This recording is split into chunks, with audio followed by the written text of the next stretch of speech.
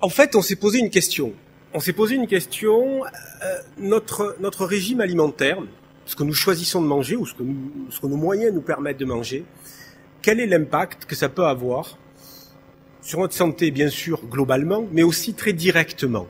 Et plutôt que d'être dans une logique, vous savez, on est tous plombés et ça va mal finir, parce que de toute façon, la vie, ça finit souvent mal, on s'est dit, comment est-ce que on peut réfléchir à faire une étude qui montre que des petits moyens, des petites initiatives, en clair, où je redevienne acteur de ce que je mange, peut avoir un rôle. Donc, on voulait à la fois mesurer l'ampleur des inégalités, c'est-à-dire, on savait bien qu'il y avait un risque d'obésité dans les milieux les plus précaires, c'est à peu près x2 à x3 pour les enfants précaires, un risque de diabète plus important, donc c'était des choses qui sont importantes, et savoir si on pouvait en changer rapidement.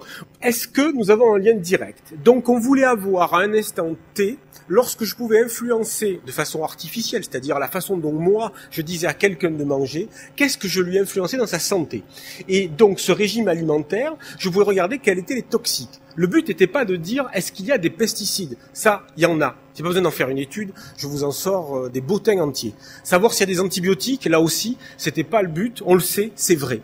La question, elle était plutôt de dire comment est-ce qu'on peut faire pour s'en sortir et quelle est la modification, le gradient, le variant qui peut me permettre de reprendre la main. Alors l'étude, vous voyez, on n'a pas fait pendant longtemps, on a fait 15 jours. On a pris des journalistes, c'était bien, c'était des gens pour lesquels ils n'étaient pas en développement et ils étaient plutôt d'accord pour faire l'étude. On en a pris 3, on a pris une femme et 2 hommes qui n'avaient pas de maladie particulière, qui ne suivaient pas de traitement particulier. Et on a demandé à la dame, on lui a demandé de rester à manger pareil, de nous faire notre témoin, si vous voulez, au long cours. Donc ça a été la première personne. La deuxième personne, c'est quelqu'un à qui on a dit de manger plutôt une alimentation discount, c'est-à-dire aller chercher des choses qui sont dans des systèmes de distribution discount pas chers et de le faire régulièrement pendant les 15 jours. Et une troisième personne à qui on a dit de manger globalement bio. Les résultats. Alors, ce soir, je m'intéresserai surtout à vous montrer les résultats entre le classique, quelqu'un qui continue à manger normalement sa vie, et quelqu'un qui mange de façon volontaire, puisque ça a été cette démarche-là, uniquement dans une logique discount. Alors, 2 choses nous ont apparu, et je le rappelle, et je vais le marteler peut-être un peu trop, mais en 13 jours. Pas en 2 ans, pas en 10 ans, pas en 3 générations, en 13 jours.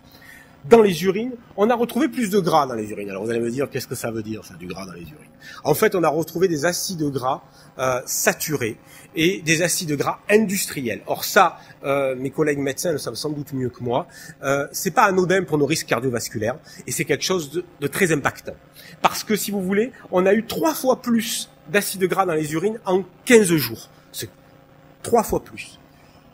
Et ensuite, on a retrouvé une présence importante d'acide hippurique. Alors l'acide hippurique, pour le petit côté, ça a été découvert chez les chevaux, c'est pour ça que ça s'appelle comme ça, mais c'est surtout un marqueur intéressant un acide qu'on appelle l'acide benzoïque. Et vous allez me dire, ça y est, il nous largue, il parle de chimie. Non, je vais vous ramener tout de suite à quelque chose que vous connaissez. Ce sont des colorants, le E210. Ça, pour peu que vous soyez intéressé à ce qui est écrit sur ce que vous achetez, c'est du E210 à 220, c'est l'acide benzoïque.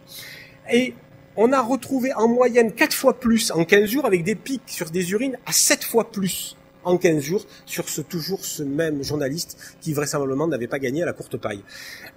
Et cette idée-là, c'est que c'est lié notamment à l'absorption du conservateur E210. Cet acide benzoïque, il a été mis notamment en question sur 2 grands types de pathologies, les atteintes au développement neurologique de l'enfant. Vous avez tous entendu parler des syndromes d'hyperactivité ou des troubles de l'attention, qui sont dans des augmentations assez importantes. Alors, il n'y a pas que l'acide benzoïque, puisque le journal de mes confrères pédiatres, qui s'appelle Pédiatrics, qui est sorti le 19 mai, a fait une corrélation directe entre le taux de pesticides aux organophosphorés et ces problèmes de troubles neurologiques et de syndrome liés de l'attention. Mais l'acide benzoïque a été aussi marqué dessus. Et en deuxième autre grande classe de pathologie, c'est les risques d'intolérance. Alors l'intolérance, c'est un peu un terme compliqué. Ça veut dire en fait vous faites une réaction allergique, mais qui peut être faible, avec des petits troubles cutanés, mais qui peut être beaucoup plus importante avec des purpura, des troubles cutanés ou des choses comme ça. Donc, bien entendu, nous, on souhaiterait que le législateur se penche sur la question, parce que notamment, lorsque ça touche les enfants, vous savez, moi, mon développement neurologique, malheureusement, on va vers la fin. Mais l'idée, c'est que pour les enfants, sans doute, il faudrait être clair, lire les étiquettes. Et ça, je reviens à la notion qu'a dit mon ami Pierre, lire les étiquettes, redevenir acteur. Alors, c'est pénible, on est bien d'accord, on a d'autres choses à faire, et moi-même, je fais des courses des fois à pique-pendre. Mais il faut relire, il faut éviter les plats tout prêts. Là, on a cité ce type de problématique, mais on le sait bien par rapport à la problématique du sel, par rapport au problème des acides gras.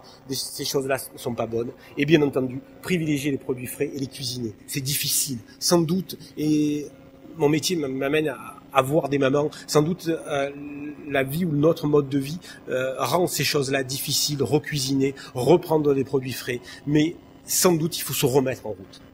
Donc, vous le voyez, le but de cette étude que nous avons fait en collaboration, elle était vraiment de voir qu'est-ce qui peut changer rapidement. Et on a vu qu'en 15 jours, plein de choses pouvaient changer. Pas définitivement, ils n'ont pas été malades, et c'était pas ça la question. La question est de dire, sur quoi avons-nous la main ? Sur quoi sommes-nous ? Malheureusement, vous savez, pour être très clair, la pollution de l'étang de Berre, personnellement, j'ai pas beaucoup d'action.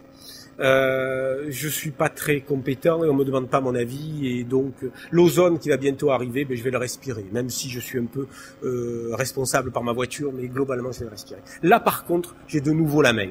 Et donc cette soirée, on voulait vraiment la centrer sur à la fois, comme l'a dit Pierre, le fait qu'on est ensemble autour d'une problématique que nous partageons tous, on se nourrit. Mais alors, comment est-ce qu'on fait ? Donc, vous voyez, une soirée qui part de la santé et qui arrive au foncier, ça s'est pas fait beaucoup, mais on n'était pas à une audace près. Alors, je vous souhaite une bonne soirée.